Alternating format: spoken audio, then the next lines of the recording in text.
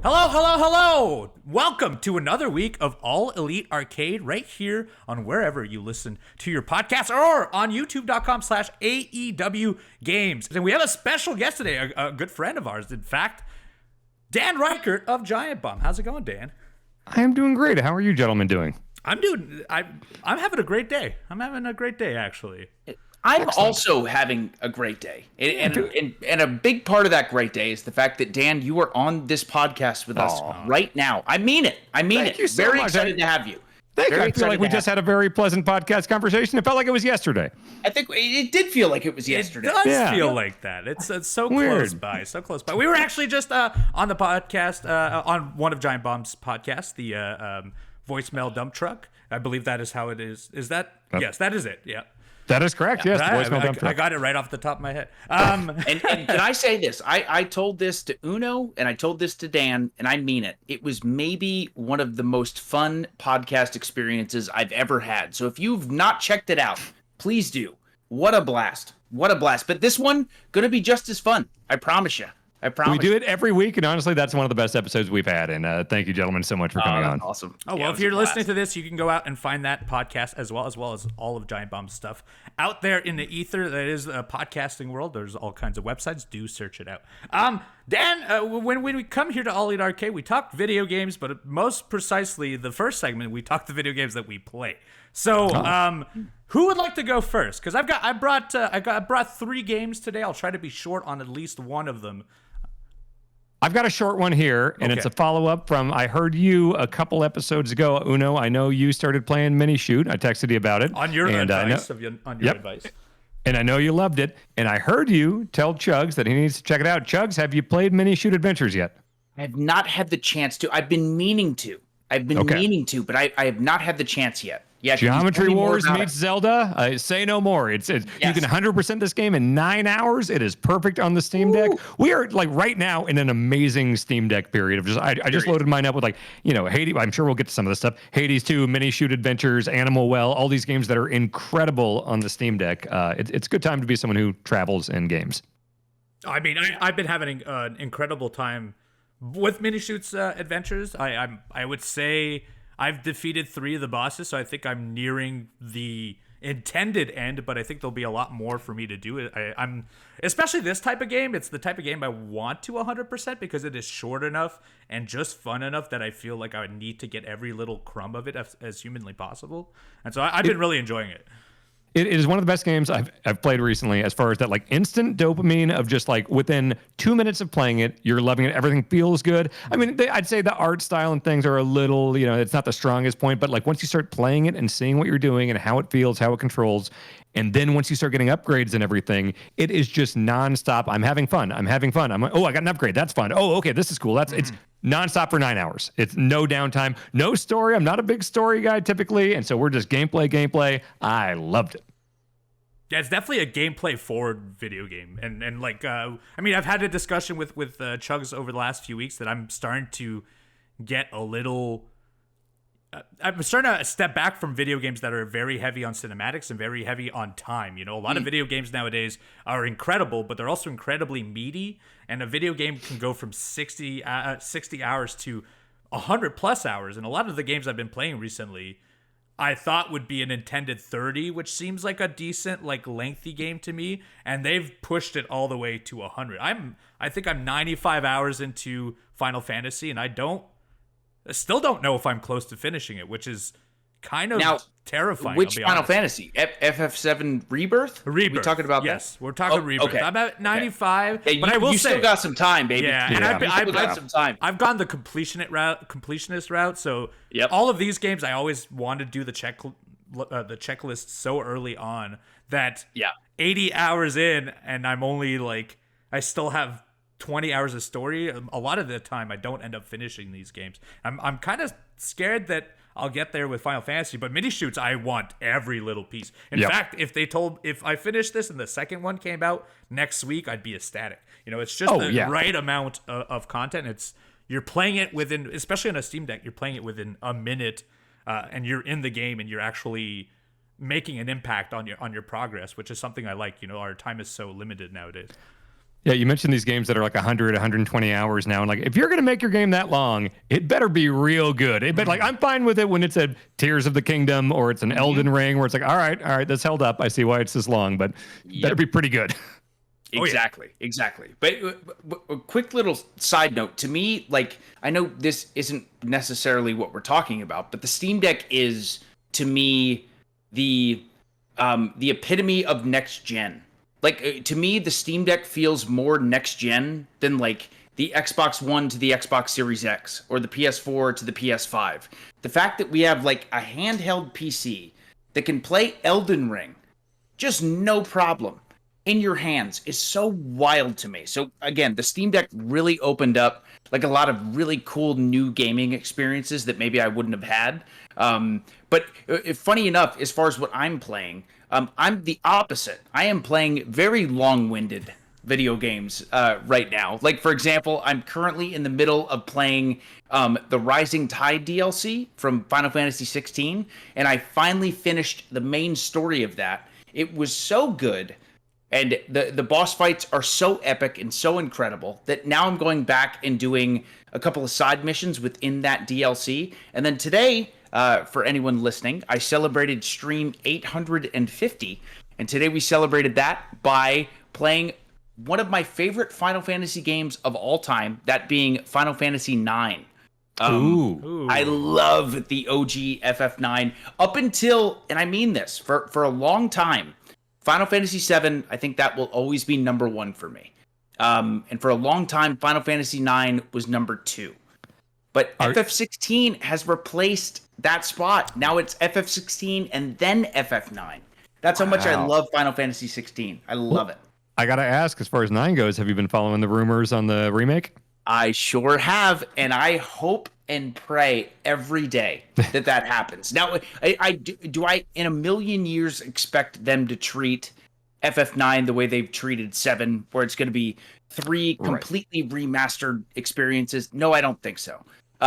If they do, I'm all for it, but I think it'll more be, I don't know, I don't want to say remaster, but I can't imagine them going to the extent. Well, I feel like there's like 3 different ways you can do these remakes, remasters. There's the ones where it's like there was that around the PS3 era. There's tons of like HD editions where it's like we're gonna take Devil May Cry or Prince of Persia. We're gonna put out. We made it HD, where it's just the exact same game, just it's in 1080p now. And then there's the ones where it's like graphical update, but that's it really. Where it's like Shadow actually of the I'm playing Colossus or... Shadow of the Colossus is one. Another one I'm actually playing on my Steam Deck right now, which is an amazing way to play it, is Wind Waker HD.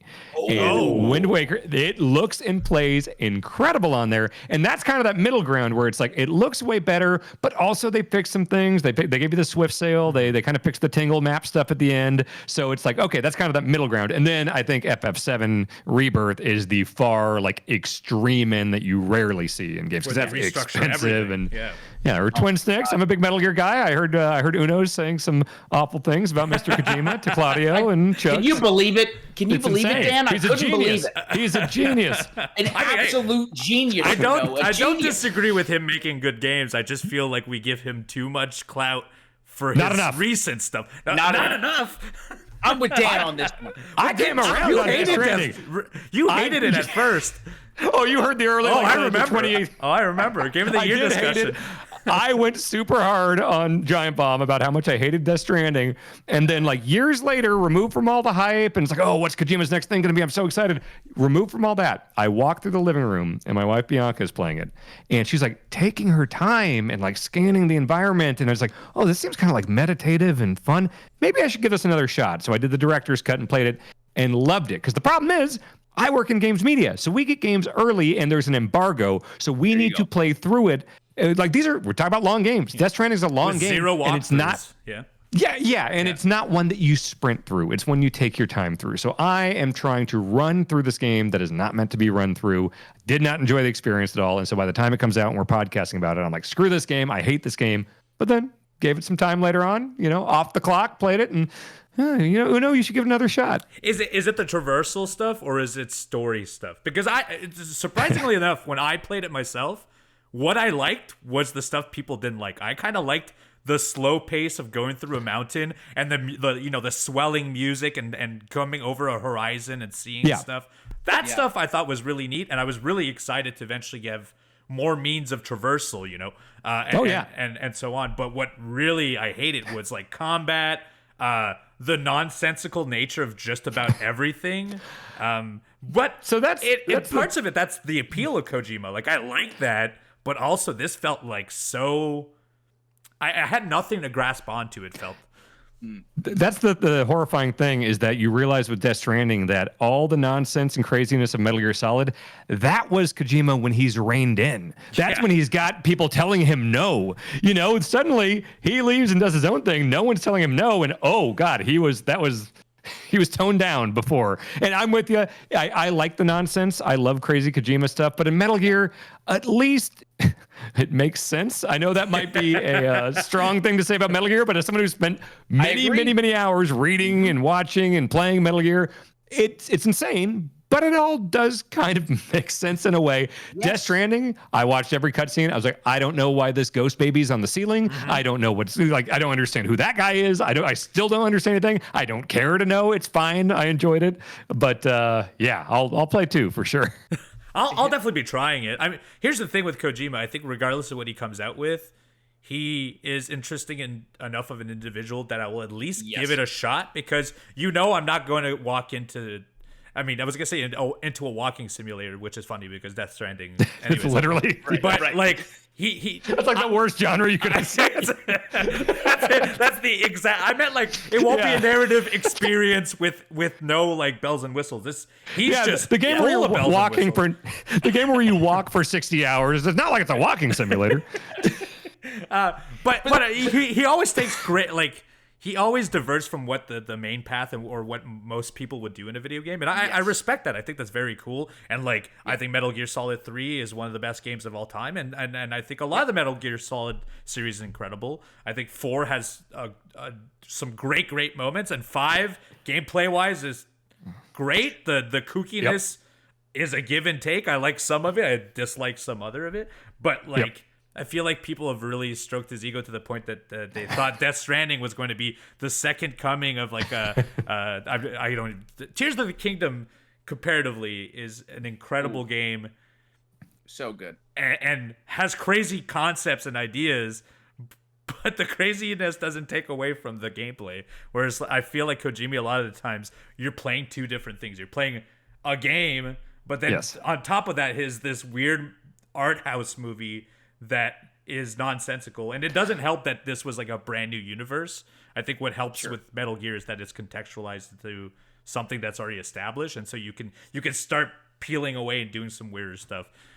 Which is weird. You talk about the half game, half movie thing. It's kind of like scary to think that the next thing he's announced, as far as like, I'm going back to the espionage genre. I'm working with Columbia Pictures on Pheasant or whatever it's called. And I'm going to merge video games and movies. And it's like, dude, you did that in 98. And that's all you've been doing since then. Yeah. They should just let him make a movie at this point. Like that's what he wants to do, right? Yeah. As far as video games that I've been playing, you mentioned it a little bit earlier, but I've been jumping into the Hades 2 early access. It just released this week. Beautiful. I don't have a ton of thoughts that aren't thoughts I also had about Hades. I think it's an incredible game. It looks fantastic. I'm super curious to see where this new story and the extension of the first Hades game is. I've only played maybe 3 runs as of yet, so I'm not very deep into any story. You beat 3 runs or attempted 3 runs? Attempted. I did not beat 3 runs. In fact, I thought so. Hades originally, I had such a hard time at first, and then I cleaned through that game in much faster a time than I thought. It was a lengthy game. There's a lot of meat to that first game, and I loved like building on the town. And I loved figuring out the connections between the gods and so on. In this one, I've barely gone through the first little hub with the first boss, and I'm getting creamed. I'm not sure if it's because it's intentionally doing that so I can start figuring out other weaponry and all that. But I haven't been able to cut through into the later stuff, which is fine. This is only an early access, and so therefore it'll only get better. I have some qualms about it. Like, a lot of the music seems to be the exact same music as the first game, and I'm not sure if that's because it is early access. I wouldn't be surprised if that's the case. It is good though, and it plays on a Steam Deck. It's insane. It does 60 frame, but it could do more, which is pretty crazy for a Steam Deck, especially an early access game. This is as polished as what early access is, I think.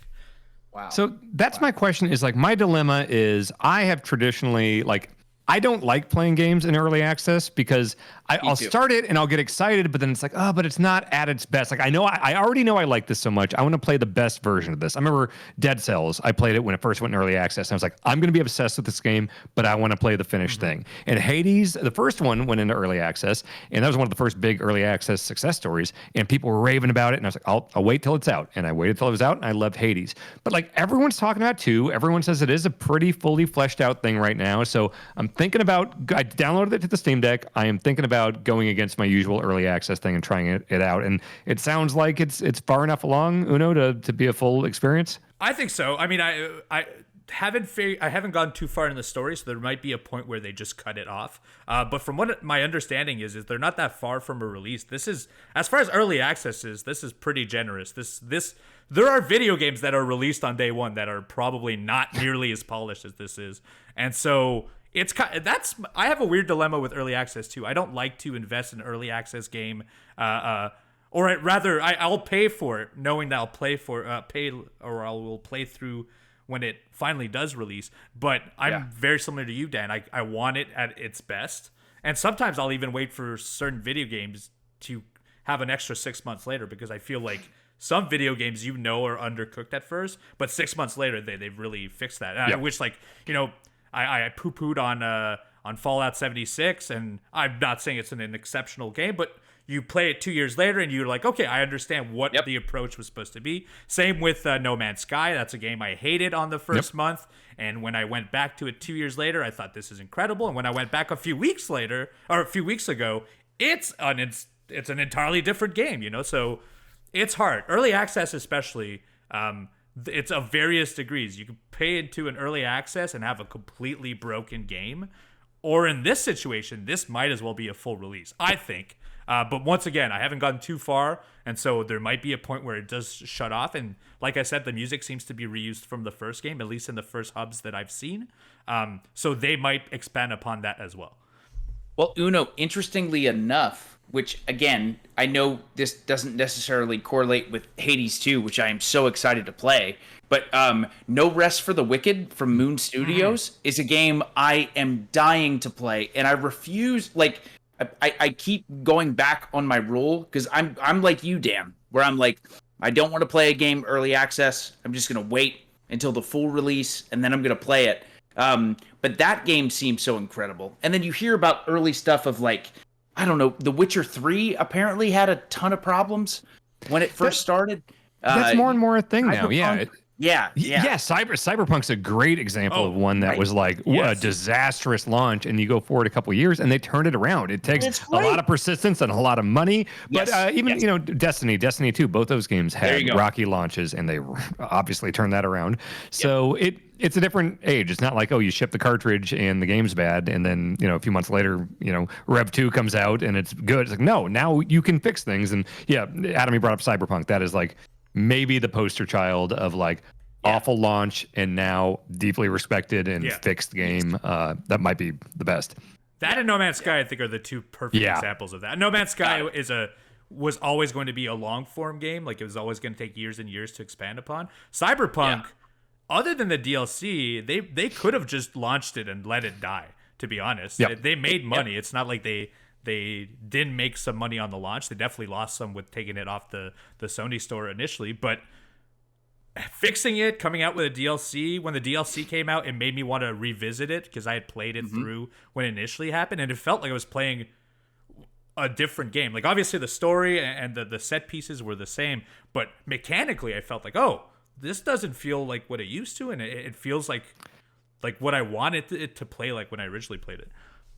Yeah, from high level stuff like that to smaller things like animations on civilians and the way traffic and cars work and everything. So many little things were fixed, and also a lot of big picture stuff were fixed. So hats off to them. The driving mechanics was one that would drive me insane at first, and they really fixed that as well over time. And they added a police system as well too, a wanted system that wasn't there initially.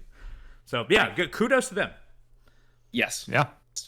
Is anyone playing anything else? Because I know I'm gonna get into one, and I'm gonna get into a much meatier discussion about. Before you do that, I got a shorter one. Have you guys played Vampire Survivors? Yes. Oh yeah. Thanks to this guy. Thanks to Evil Uno is the reason I played Vampire Survivors. It was my addiction for most of last year and a big part of the year before too. Yeah, I have put dozens of hours into like 3 consoles worth of that game, which I never do. But we got another DLC pack now. It's the Contra one, Operation Guns. And again, you want to talk about perfect Steam Deck games, perfect Switch games. This is definitely one of them. Look, you put Contra music in anything, it's going to instantly like give it like a 20% boost.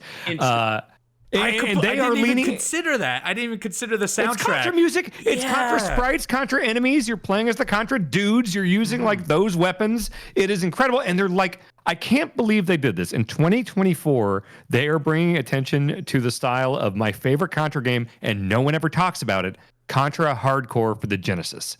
I don't know if either of you ever played this. You pick between 4 characters. One of them is a wolf with a minigun hand and sunglasses. The other one's a robot named Brownie. It is insane. It is difficult. You and Vinny did a run of it, if I remember correctly, right? This is the run, Contra. We got it on Giant Bomb. That was from like 2018, where we did this is the run for Contra and Contra Hardcore, where everyone just played those games with either Game Genies or the 30 Lives codes. And we're like, screw that. We are going to sit here. It doesn't matter how many weeks it takes, but we are going to play it like 3 times a week on stream until we beat it with the 3 lives they give you and whatever continues they give you. And we eventually did Contra, and we eventually did Contra Hardcore and all of its branching endings. If you haven't played Hardcore, it's in the Contra collection. I think it's on the Genesis Mini. It is. Look, there are ways to play Hardcore.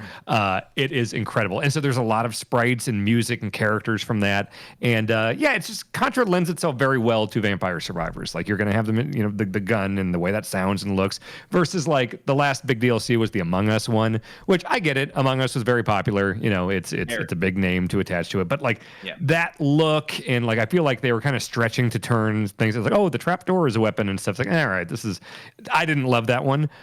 This one fits perfectly. You're just shooting homing missiles, and it's it's a tremendous DLC. And I've only played like a few runs of it so far, so check that out. I'm very excited to play more of it because I've played all of the DLCs. I think. Other than the previous one on this one, where I haven't completed at 100%, the second it comes out, within I think 10 hours, I've done it all. I don't know what. There's something so addictive to that return of. It's definitely it has that feeling of gambling, except you only get the endorphins of it. You don't win anything. You don't actually get anything substantial other than like your weapon goes up an increment, but.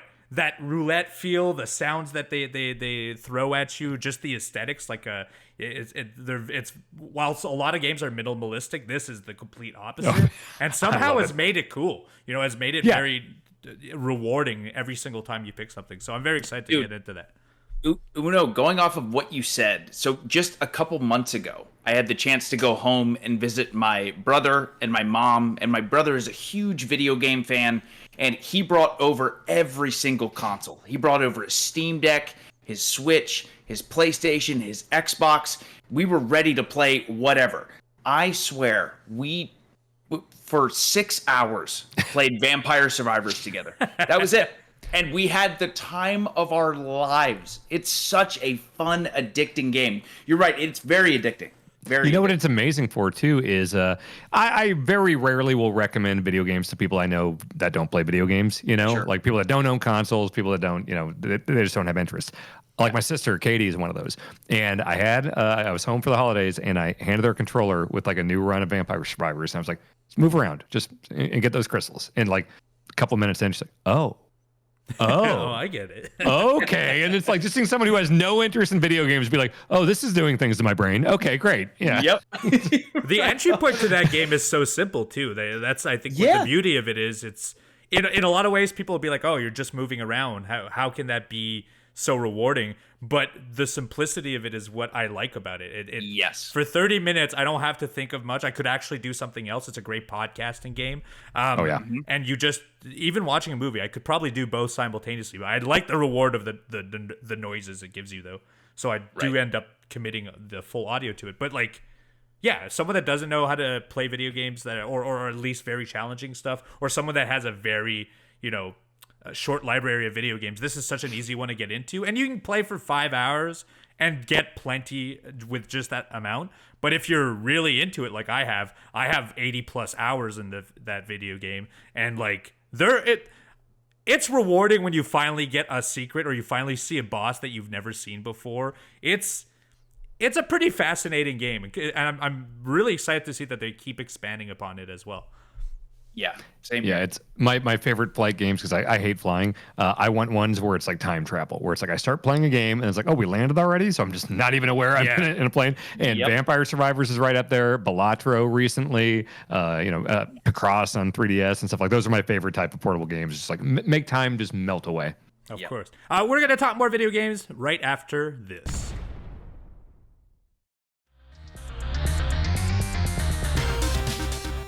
And we're back. We just talked about the video games we've been playing this week, but there's actually another video game that I want to talk about that just released this week.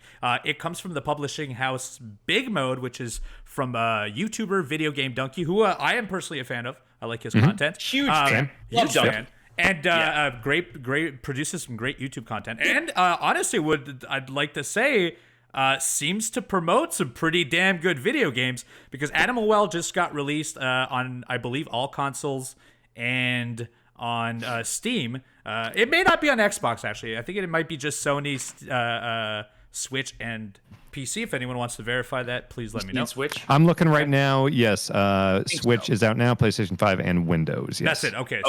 Okay. So I've seen a ton of little ads for it. I watched his videos, so I knew it was coming up, and I knew very little about the game other than his advertisements for it.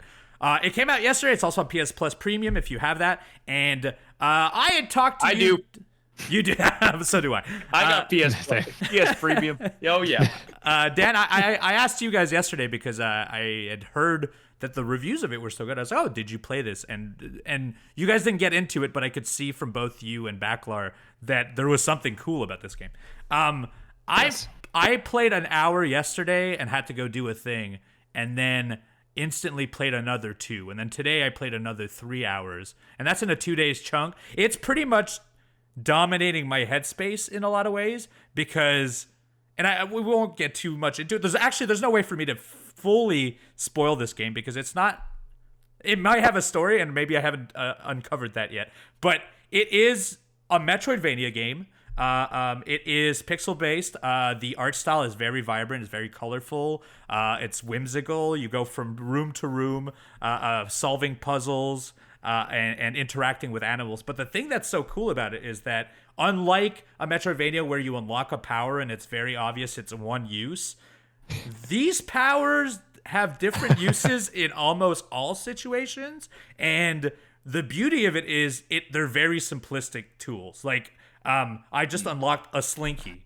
Same. That's what I was just going to bring up. Yeah. It is just a slinky, but I've already found 3 things I could do with it, which is kind of insane. I have a disc, like a throwing frisbee, and which seems like, oh, that's pretty straightforward. I shoot that forward. It is not straightforward. There is so much to it, and how it interacts with certain switches or some certain environments or certain animals. It is dense with stuff, but at the forefront, you could play through this game, I think, and because like I started playing and started seeing the trajectory and started realizing that like there's like little crevices I can get into. There's little side pieces that unlock parts of the map that I don't think I'm capable of accessing yet. And the beauty of it is that now that I've unlocked more weapons, I still don't know how to open those rooms, because every piece is different puzzle. So if you thought the disc was just used to throw to open up a switch, it might be used for 6 other things in different rooms too. And so I wouldn't say I've ignored that. I haven't gone through, I don't even know what the main story is. It doesn't tell you anything. There's no text. There's no voice. It's all contextual. You go from map to map, and you're supposed to just whimsically go through it and figure it out. The only run through is that one animal at the beginning goes in a direction, and if you keep following that animal, it does lead you in somewhat of a path to discovering the not story, but at least where you should be going. But what I love about it too is in a lot of ways like what I liked about Elden Ring or Tears of the Kingdom, is that I'm constantly exploring and discovering new things. And as I discover those new things, it makes me question everything I've done before. Yes. It makes me realize that rooms that I thought I had completed that had nothing in it, in fact, that is not the case at all. And reviews for this have been phenomenal. I'm even willing to say I'm not very far into it, but right now Balatro is my game of the year, and this game may very well, I think it will make the list. It may also topple Balatro because it makes me, it's the type of game that I play and then I keep thinking about, which is That's the best game. The best kind of game. And so like I said, it's been getting incredible reviews. I keep seeing on reviews that you can complete this game in 5 hours, but some people have 60 plus hours in, which blows my mind because I feel like, oh, I've played 6 hours and I've got a good chunk of this. I don't think I do, which is that I'm so excited. And the incredible thing about this game, above everything else, and I'm sure, sorry, I'm going to take all the points that someone else will say too. It's fun to talk about. This is made by one man. It's developed by one dude. He did the art, he did the music, he did the programming. Jokingly on one of the Donkey videos, they talk about how he does the voice acting as well. This is one guy. This makes me think a lot of like when Undertale came out. Toby Fox. And the realization that one individual could be smart enough to make something so crazy dense and interesting. Or Stardew Valley. And unique. Yeah, Stardew Valley. Oh my God. We haven't talked about that, but Stardew Valley with the new updates is an incredible... I still think maybe one of the best games ever. It's the only farming game I like. I've never been huge into farming, but that game alone turned me into wanting to find something else, and I never have. Anyways, I could keep talking about Annual. I know you've played it, Dan. I'm actually excited to talk about it today because for once, I come in and I think you might be more. Well, you just got the Slinky, so we might be around the same parts. That's what I think. You might have played more hours, but the thing is, it is kind of open. So it's like maybe I went the Slinky direction faster than you did, and you've got 3 items I don't have. And you mentioned finding out other uses for the items, and like that is a real aha moment where one of the first ones I got was the disc, and there's a very obvious use for it. The first there's a dog in a room. And it's like, it'll bite you if you go past it. It's like, oh, now I got a disc. I'll distract the dog with the disc. Great. Okay, I guess that's what the disc is for or whatever. And then you go into these rooms and you're just, you're stumped. You're like, how am I supposed to do this? How am I supposed to flip that switch? How am I supposed to get over there or whatever? And you do the thing you do in games where you just kind of try all your items. And this has happened with so many different items where it's like, I'll just throw the Frisbee and by accident, I will realize something else it can do. And I'm like, whoa. And then you have that realization and you're like, I have to rethink the entire map at this point, because this opens up everything. Like the Slinky, I had the same reaction. It's like, what do I do with this? And then you go into a room and it's like, wait a minute. Oh, I see. There's switches there. Okay. Oh, it can go through that. Okay, great. So there is a mystery to this game that is so intriguing. It reminds me of Fez. Games that it doesn't fit nicely into a genre. Yes, it's a Metroidvania, Animal Well is, but there's no combat. It's a lot more puzzly than most, and there is this mystery. Even when I heard those things about you can beat it in 5 hours or 50 hours, that's a mystery. What are you talking about? Are you like a collectathon? And it's like, no, it sounds like there's more going on there. And speaking of collecting things, it's like I'm getting all these eggs. And then it's like, what am I doing with these eggs? And they're hidden in places where it seems like they're a big deal. And I can't equip them. It's like, okay, I got some eggs, whatever. And then you'll stumble into a room or something and be like, oh, the eggs. I see. Okay. Sure. Yeah, it's incredibly intriguing. I feel from what I have heard from others that are further than me, I am just at the tip of the iceberg. And that is so intriguing to me because it's already so mysterious and rewarding for me that as soon as we're done with this, I'm loading up Steam and I'm going to town on it. It is, I arrived to this podcast recording on time, but I typically would show up 15 minutes early. And the only reason I did not show up 15 minutes early is I couldn't stop playing. I was playing and I was like, I know I could definitely solve this puzzle with the pieces I have. I didn't, but that's, I think what's so fun about it is that I love puzzle games. There's nothing in a video game that makes me feel happier than when something seems out of my reach as far as intellect, and then I myself figure it out. It makes me feel like the smartest man in the world. Obviously, they're designed to do that, but there is no greater feeling. The only other feeling I could describe it in video games is when you ultimately beat an Elden Ring boss after so many attempts, you get that satisfaction. I get that for almost every puzzle that stumps me more than twice. And this game is, from my understanding as of yet, seems to be filled with it. And I don't even know what the mysterious aspect of the game is. And, you know, Fez is one of those games I played the entirety through and then realized I didn't play the entirety of it because there's a whole other layer to the game. There's a whole language, which... Yeah. Later on, I had to go through a whole like zine, you know, like those not even a walkthrough, but just specifically information on how to dissect the language and how to. I started. You know, it's a great game when you start taking notes on a piece of paper, and this is one of those. And it also has one of my favorite things too, is you can use your map and also add your own icons to it. Yes. So you can identify. It's a post Breath of the Wild world. Like, we need to start doing every Metroidvania, every open world. Give us a bunch of icons. Let us put it on a map. Yeah, don't do it for me. Let me identify what places I should go back to. I find that so much more rewarding because then I keep thinking, I'm like, I remember I put this skull face for a reason. I got to go back to the skull face. And then, you know, as of yet, I haven't even gone back to any of the earlier stuff in this game, and I'm sure that is probably packed with paths I've never even considered. I'm going to say this, Chugs. You're a big Hollow Knight guy. You're a big Metroidvania guy. This is not combat focused, but I would be very surprised if this wasn't your type of game. Dude, I mean, I have been... If there was a selling point, it was the past 10 minutes of this conversation. Like, I am such a huge Metroidvania fan.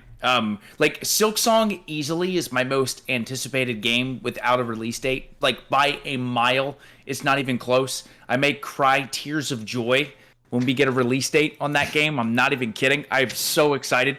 Hollow Knight, like, changed my life. It made me appreciate Metroidvanias and the idea of, like you said, like, being in a room and feeling like you got through it, but then unlocking something else or discovering something else within the gaming world and going, oh, I really want to go back to that room. And clearly, in a different way, obviously not with combat and things like that, this game has captured that type of excitement, which, I mean, I got to play it now. I mean, now there's no question. I have to play it. Quick aside, you being into Metroidvanias, did you play the Prince of Persia from this year, The Lost Crown? I am currently in the middle of streaming it. Excellent. Okay. Yes, You're liking it? It's incredible. It's so good. So there's another one. I know we've been talking about the Steam Deck, but my casual when I'm flying or traveling and not streaming game has been this indie game called The Last Faith, which is a Metroidvania that is very Bloodborne inspired. It's 2D, but the music is incredible. It's just such an amazing Metroidvania game. But for the longest time, I had heard the reviews about how excellent Prince of Persia: The Lost Crown was, and I finally played it. And I'm only 5 or 6 hours into the game, and I totally get it. It keeps ramping up and getting better and better. Like, by the end, I think I do put it in that, like, elite, no pun intended, up there with Symphony of the Night, with Super Metroid, with I love Shadow Complex. I think Shadow Complex is one of my favorites. Great game. Yeah, but it's in that kind of rarefied air, like Mount Rushmore caliber discussion. Yeah. And Uno, I'm right there with you. You mentioned the paper thing, and like that's what I was thinking when we were talking about this game. Any game, that moment where it's like, do I own a pencil? I gotta write some stuff down. I gotta look at this. The Witness, Tunic, Fez. Those are all games where it's like I'm drawing stuff out. I just feel like I need a cork board, and I'm a crazy person trying to put together this weird mystery. Like, if that moment happens in Animal Will, I'm going to be very happy. I think what's so on top of being a fascinating game, but one of the things I like about these type of games is that no one has the same experience. So it forces me to talk with other people, and that's how I figure out other elements of the game. To give you an example, you talked about The Witness. The Witness is one of my favorite games of all time. I know it's not for everyone. It's very, very at the forefront. You think it's a line puzzle game, and it is, but it is so much more. And there's a moment in that video game of realization that broke my brain to the point that I had to like leave my room and talk to someone else about it. I was like, I've been playing this game for 15 hours, and this whole time I never picked up on it. And you might know, but at the top of the mountains, you look at a cloud or at the river, and instantly you're like, holy shit, this game is incredible. I'm Uno? waiting for that moment in this one for sure. Uno, that specific thing in The Witness, it was 2015 or so. That was one of my favorite games that year. Played the hell out of it, beat it. I know I didn't like do the crazy ending thing or whatever, but like I played it, loved it, beat it. Then I'm sitting in our Game of the Year discussions at Giant Bomb, and we're doing our best moment deliberation. And so we're going through all this stuff, and everyone keeps talking about like that moment in The Witness, that realization moment. And they keep talking about it. I'm like, I played this game. I played dozens of hours this game. What the hell are they talking about? And after they were talking about it for a long time, I was like, wait, what do you mean? And they're like, well, you didn't notice the, like the stuff with the environment and the sky and the rivers. And I was like, what do you mean? Like, you didn't try this? It's like, no. And I already loved the game, and I literally have never seen one of those puzzles. Like, that broke my brain to hear about. And they're everywhere. I think there's if the game has like 100+ puzzles, there's another 100+ that are just in the environment. Yes, they're everywhere. That's the wildest part of it, is that realization. Once you see it once, you start thinking like, this is why I've been seeing this shape everywhere. It's another layer of puzzles. And so if you haven't played The Witness, I as a guy who loves puzzle games, no game has made me feel smarter, and no game has also made me feel like I'll never achieve anything in my life like that game has. Like, Jonathan Blow will always have my respect. I think Braid. Braid? Oh, by the way, dude? Braid's coming out with new levels, by the way, which we'll get a whole podcast about that some other time. But Easily. Witness is one of those games for sure. To bring it back to Animal Well, the best thing I can say to it is like I need to talk to others about it, and I think that's what makes this game so special. You can approach it a different way, and the fact that it is not obvious, the layers to it makes it even more intriguing and makes it more apt to be talked to other people. And if you have not played it, and if this has sold you, go out of your way, go get on Steam and support. One man made this, I'm sure, and I mean, much like Jonathan Blow, he'll go on my list of people I want to see the next game of. Well, there's no way.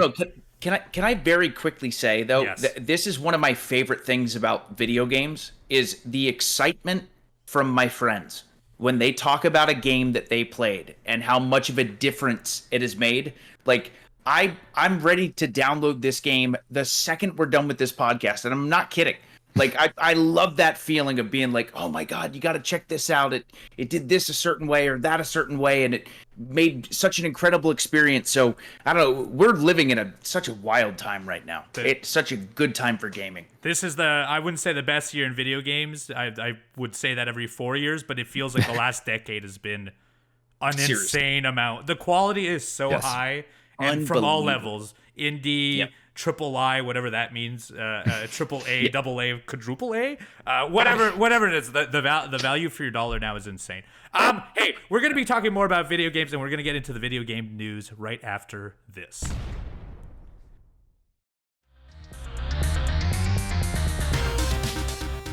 And we're back from our break. I hope you enjoyed yourselves. We're going to be talking about this week's news. It is the first week of May, and actually, there's been some pretty big news. I'm going to start off with small stuff, and we'll get into the very last big meaty piece at the very end.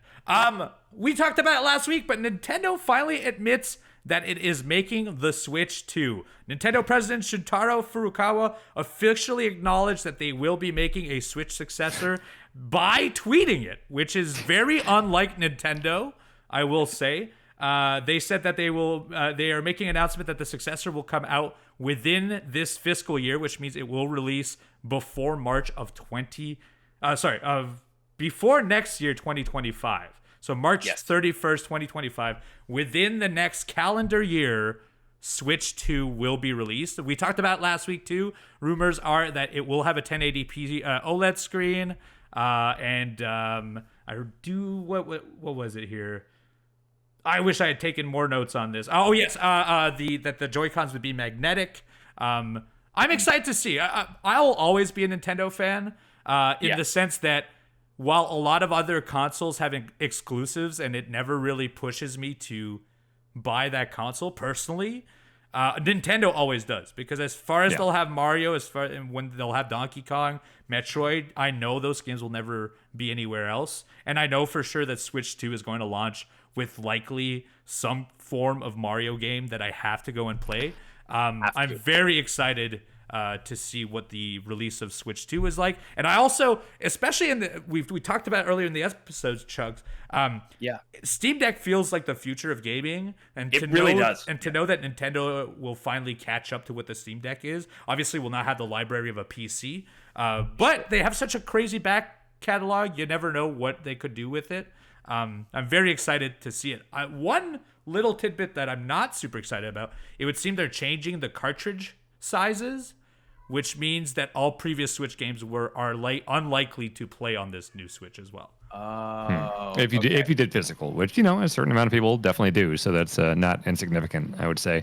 You mentioned Mario, and like that's always going to be the thing that gets me the most excited about a console launch. Like, all right, they typically launch with a Mario or a Zelda, and like my holy trinity games is Mario, Zelda, Metal Gear Solid. So I also feel like Mario it's been long enough now. Odyssey was 2017. Yeah, and 3D World was like a year and a half later. So. Well, yeah, but the Bowser's Fury was like the new part. 3D World proper was a remake or a re-release. Yeah. But yeah, Bowser's Fury was like a little bite-sized 5-hour thing. That was a smaller kind of Mario experiment.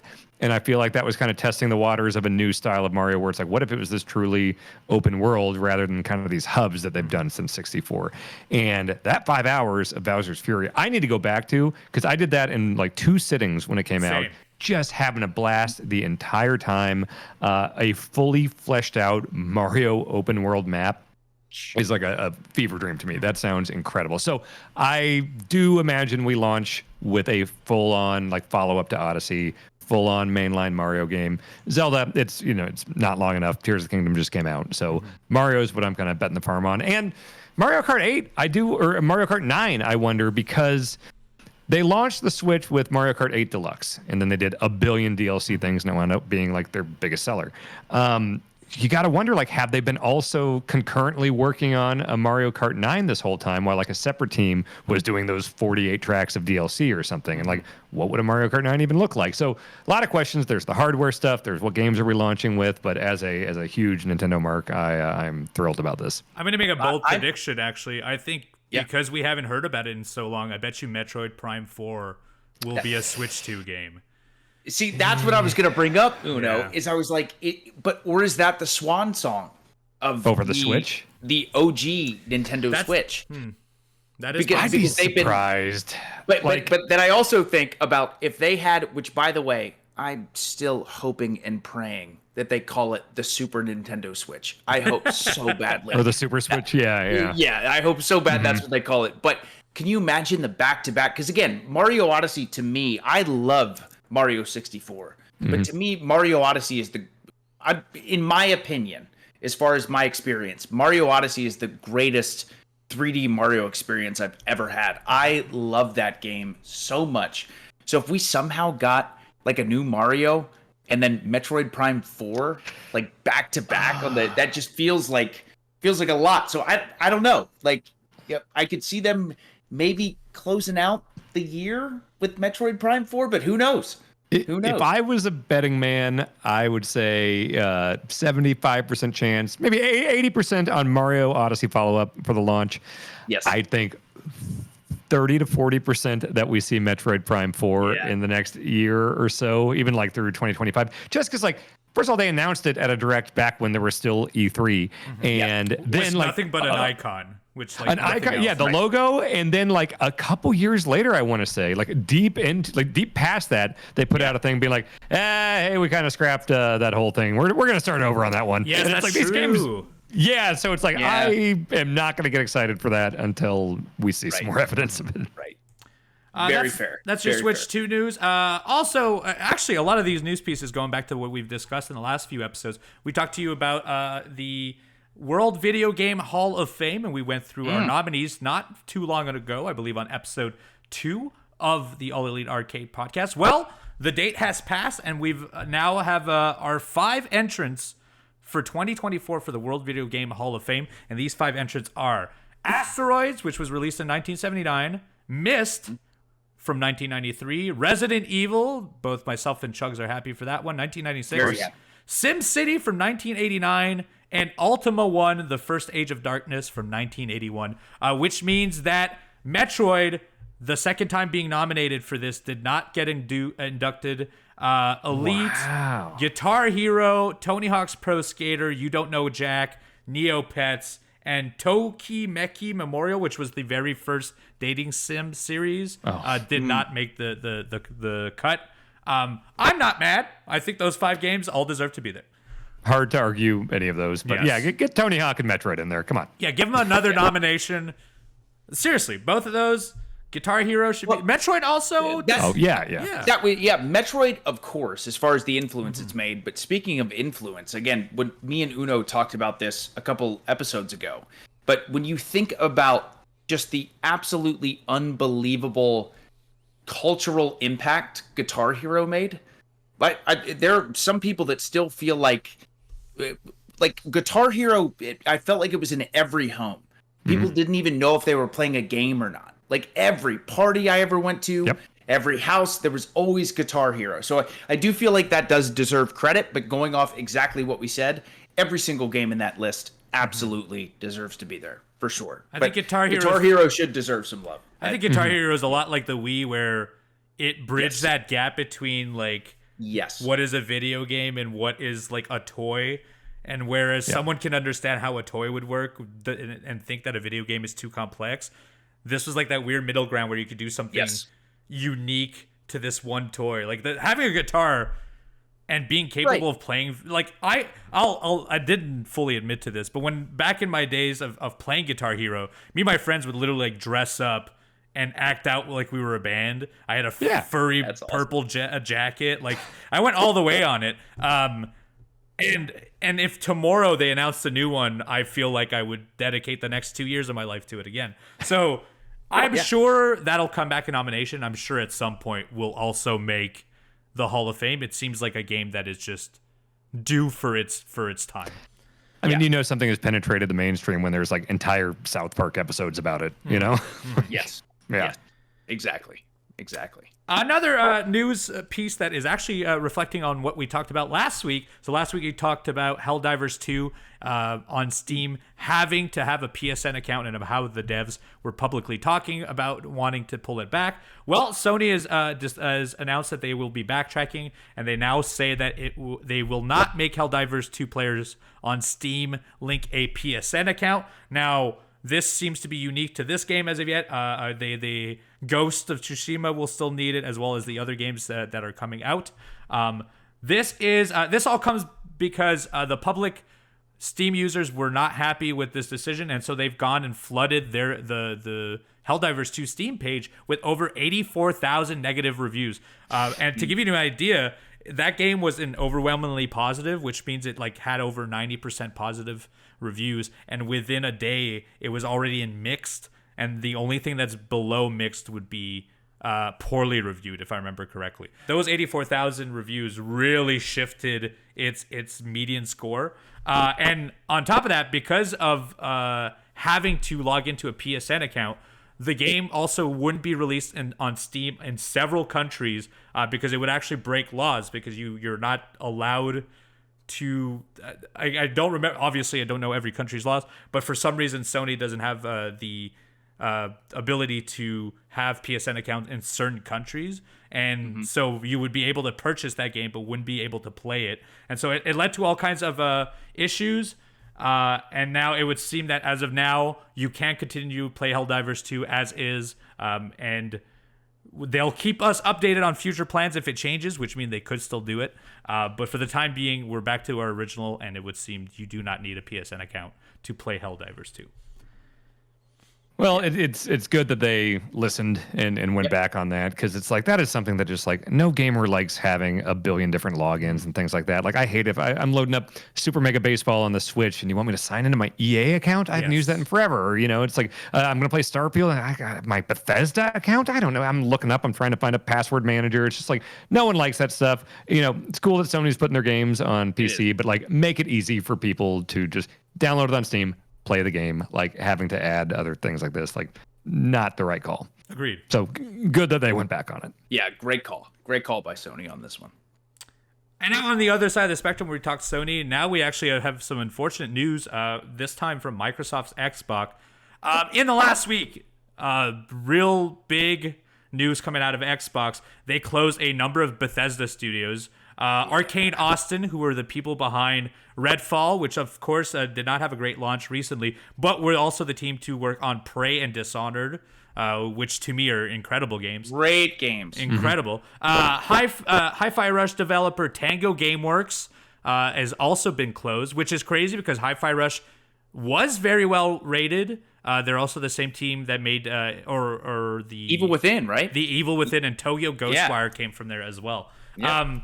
It would seem also they will be closing another one. Alpha Dog Games, the maker of mobile game Mighty Doom, is set to also be closed by Microsoft. And this seems like actually the first domino to fall, because it would seem that Xbox is looking to eventually trim more. This is only obviously a rumor and not something they've disclosed. That would be very silly of them. But it would seem they're prioritizing high-impact titles and further investing in Bethesda's portfolio of giant games that they can sell for TV rights, rather than have smaller games come out from Bethesda. To me, this is pretty wild.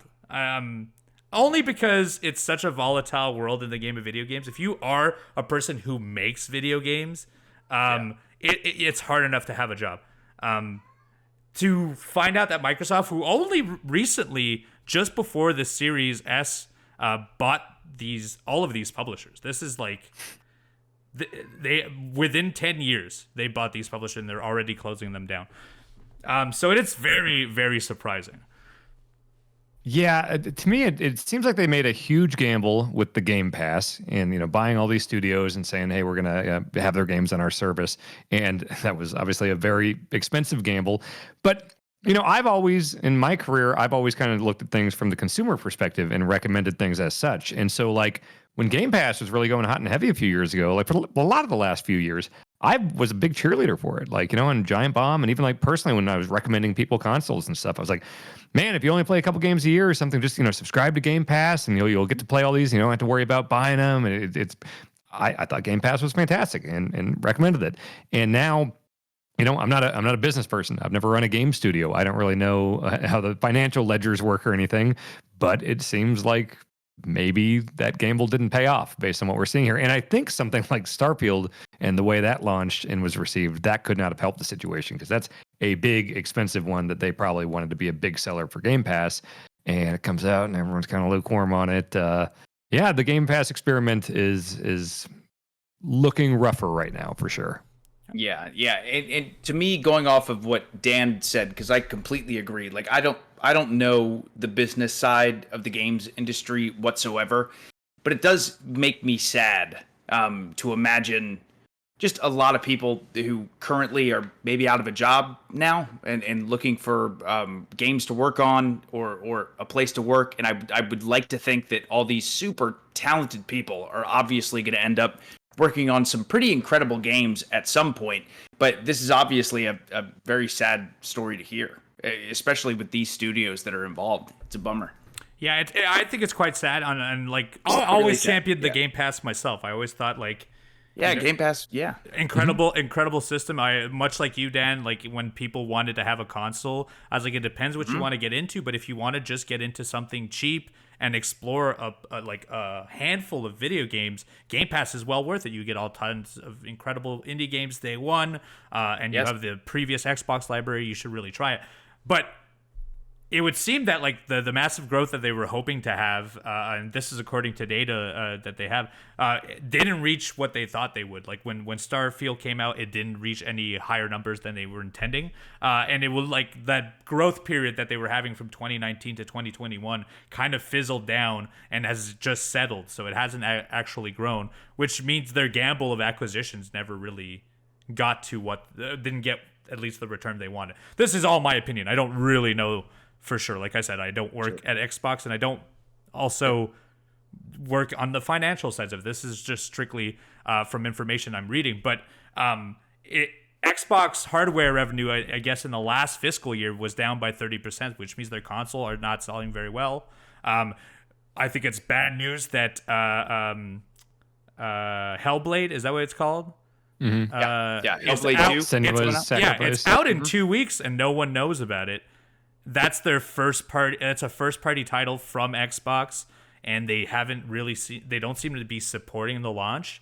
And I think that's worrying. I think like all of these things are very worrying for Xbox, the future of Xbox, but also the future of video games. You know, like the bubble seems to at least on the AAA scale, on these large scale video games, and games are only going to get more complex and more, you know, and costlier and take more time to make. I think we might have reached that point where we're going to see a lot less games from at least Xbox in the future, and maybe investing a lot more in third-party stuff than first-party stuff. Yeah, it sucks because it was so fun to recommend stuff to people when you have that low barrier of entry. Like if you know someone's a Game Pass subscriber, it's like, oh, you should check out Ori. Ori's awesome. It's on Game Pass. Just check it out. Play a couple hours of Ori. And like it can be hard to tell people. I'm like, oh, spend $70 on this game. But if they subscribe to Game Pass, great. It was a great concept that it just seems like financially is not working out as well as they would hope. Yeah, it's quite unfortunate. Yeah, it sucks. Yeah, it sucks. I mean, there's no way around it. We should never be happy that developers get closed down. No. That's like, to give you an idea, that's hundreds and hundreds, if not thousands. Actually, it is thousands of jobs. This is 3 different studios. We're talking thousands of jobs that are being lost. That's people that go onto the market in a very specialized field.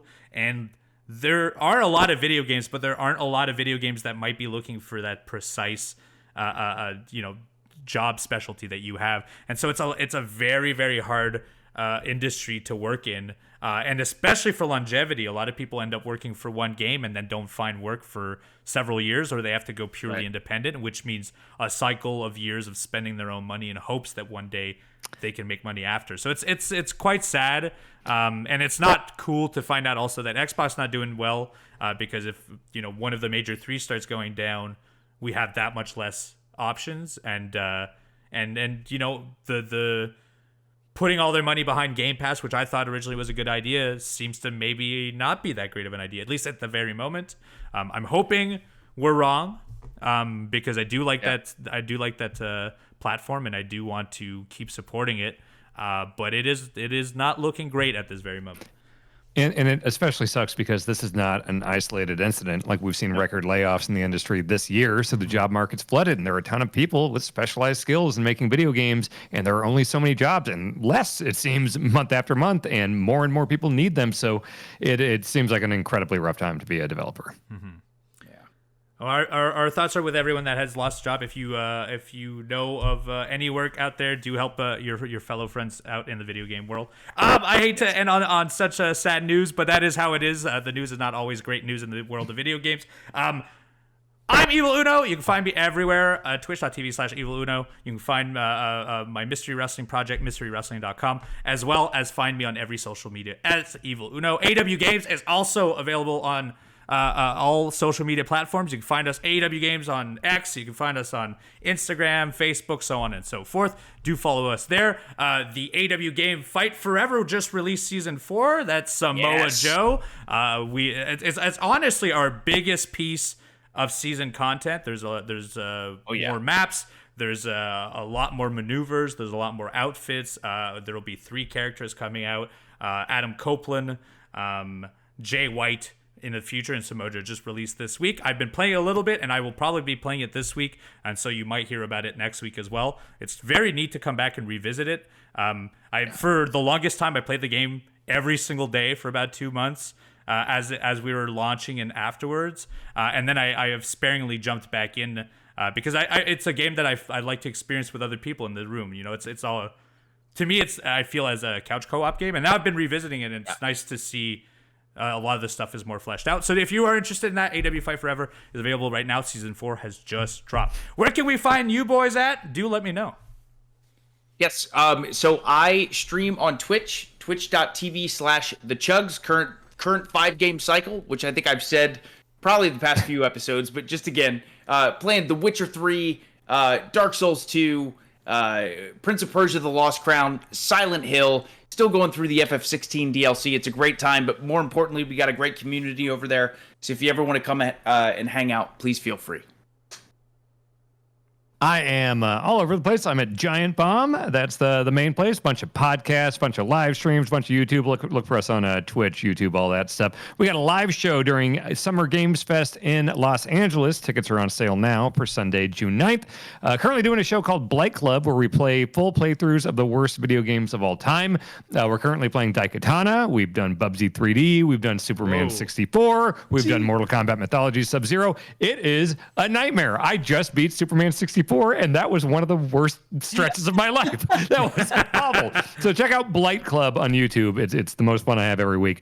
The Fire Escape Cast on podcast platforms. That's me and two of my best friends. It's gaming, but also very off topic and blah, blah, blah. Personal Twitch channel, Instagram, everywhere. Just Dan Ryckert, Ryckert. And I think that's all I got to plug.